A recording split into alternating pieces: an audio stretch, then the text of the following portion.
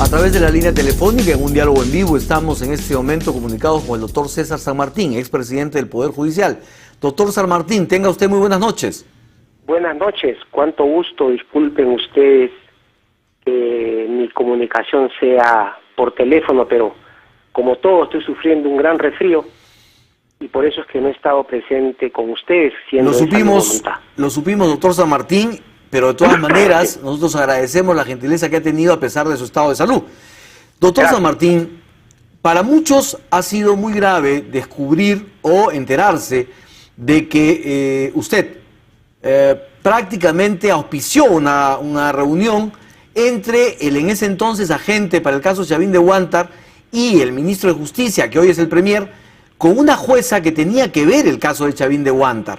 Y esto, de acuerdo al diálogo, parece destinado a tratar de influir en ella para evitar que el Estado sea enjuiciado o sea condenado.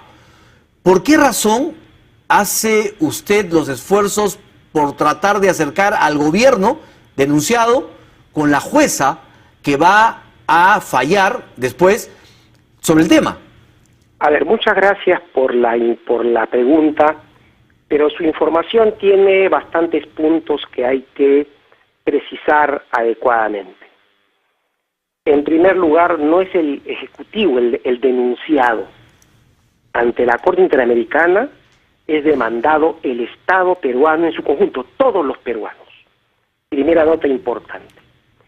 En segundo lugar, esta reunión que nunca se negó, porque está en mi programa, está en mi agenda de trabajo, y que tuvo lugar el 31 de mayo, fue ya debidamente indicada en un artículo que Infos, por versión de Ricardo Uceda, escribió en La República. O sea que esto no es ninguna novedad. Eso como aclaración. Ya entrando al tema de fondo, sobre el punto de la reunión en sí. ¿Es legal o no es legal? Y acá quiero invocar la ley del sistema de defensa jurídico del Estado, y baste leer artículos como el 21, artículos como el 23, etcétera, que establecen esa necesidad de información a la lógica de defensa jurídica del Estado. Y quiero precisarles a ustedes un tema de contexto que parece que se olvida. Tenemos muy mala memoria todos. Cuando hubo la reunión, como ustedes saben, el país ya había sido, el Perú había sido demandado ante la Corte Interamericana con fecha abril o mayo del año 2012, ¿no es cierto? La denuncia que APRODE interpuso contra el Estado peruano es de 3 de febrero de 2003. La Comisión declaró admisible el caso el 27 de febrero de 2004. La Comisión elevó la demanda ante la Corte el 13 de diciembre de 2011 y notificó la Corte Interamericana la demanda a fines de marzo o abril de mayo a nuestro Estado peruano del año 2012. En ese marco y en el contexto en el que, como usted se acuerda, hubo 2 cambios de procuradores de modo rápido. Acuérdese usted que había salido el señor doctor Azabache, César Azabache, y que se había incorporado el señor Pedro Cateriano.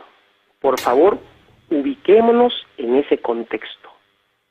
Y el contexto era, como la crítica decía, todos los periodistas decían 2 cosas: muy mala defensa del Estado peruano, falta de coordinación, y unánimemente, por eso un bloque muy importante decía: ¿cómo es posible que la Comisión demande al Estado peruano cuando un juicio aún estaba por culminar, estaba en pleno trámite? Doctor San Martín, ¿se acuerda usted, señor? ¿Se acuerda? Perdóneme la interrupción, Sí. pero nadie discute que el Estado peruano y los órganos del Estado peruano puedan coordinar. Está bien que usted coordine con el primer ministro. Que eso se admita como parte fundamental. Muy bien, pero que usted, como presidente del Poder Judicial, pueda coordinar con el primer ministro. Pero de ahí a que se genere la presencia de una jueza que estaba viendo la causa en el ámbito local, para que, de acuerdo al diálogo, fuera inducida a cierta sentencia, pues ya eso, usted podrá preguntarse si es legal o no es legal. Sin embargo, hay mucha gente que se pregunta si es ético y políticamente correcto o no. A ver, veamos con lo ético, veamos con lo jurídico y veamos con lo político, ¿ya? Se trata, en primer lugar, de tener una clara y precisa dimensión de lo que significa una demanda internacional contra el Estado peruano. En segundo lugar, ojo, la sentencia se expidió en octubre. La reunión se llevó a cabo en mayo. No hay pues, y el sentido de la sentencia final, en lo que es una parte central, no es aceptado en términos de la propuesta de la defensa del Estado, como usted bien sabe, porque ha considerado extremo no recurrido que hubo una posible ejecución extrajudicial de los 3 agraviados de uno, del llamado Tito. Sin embargo, perdóneme, doctor, aclaro el punto. Pero vamos a la pregunta fundamental. Simplemente para aclarar, sin embargo, el sentido de la sentencia final no significa que el intento de presión no haya existido. No, pues, pero ahora acá vayamos a lo que fue mi intervención. Se trata de una lógica de información que tenía que darse. ¿Y quién mejor que dé esa información que quien está viendo el caso? Información, ¿y quién mejor que es garante de la independencia, que es el presidente del Poder Judicial?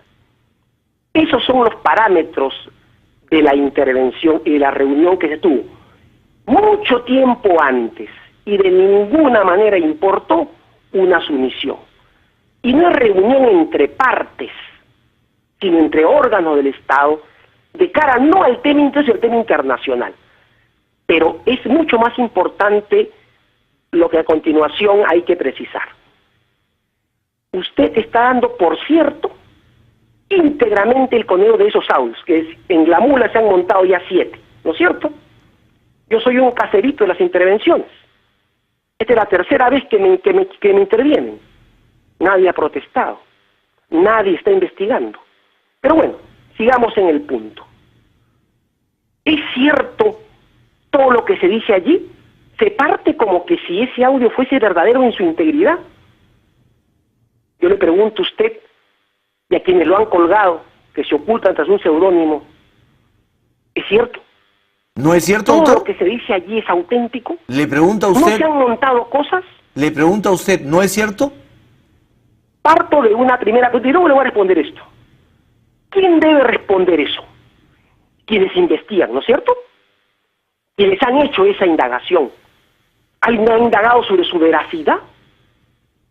No me vengan entonces a dar como cierto lo que jurídicamente, éticamente, se sostiene que carece de terceridad y valor probatorio alguno. Ese es un punto fundamental. Y ahora viene lo que es claro. Yo no sé si todo lo que se dice allí se ha transcrito, es cierto o no es cierto, es verdad o no es verdad. Yo niego, como parte y como pauta de principio, una autenticidad categórica.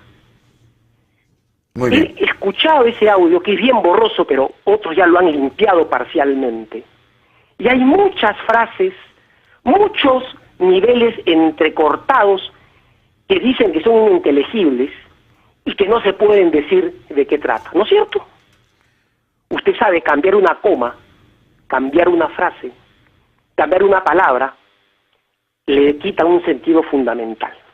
Muy bien. No me pida que me acuerde de todo, lo ocurrido hace año y medio, ¿no es cierto? Doctor San Martín, no se lo voy a pedir, pero sí le voy a pedir, por favor, que el próximo domingo pudiéramos estar aquí, usted presente, para poder conversar sobre este tema ampliamente, ¿le parece? Por supuesto que lo voy a hacer, pero quiero que quede muy claro el tema jurídico, el tema del porqué de la reunión. Quiero que quede claro y destaquen esto. Muy bien. La cultura del chuponeo, el embelecimiento de los poderes públicos que a continuación, que siempre se realiza, y que con el cuento de que es básicamente un tema de interés público, siendo cierto, por eso que yo no lo cuestiono, me preocupa lo anterior. Muy bien. ¿Qué pasa con lo anterior? Y luego, todos ya dan por cierto que eso es cierto, lo que yo rechazo. Pero muy bien, con mucho gusto lo espero el domingo con usted. Lo espero el próximo domingo, doctor San Martín. Muchísimas gracias por esta comunicación, a pesar de su estado de salud. Muy amable. Gracias.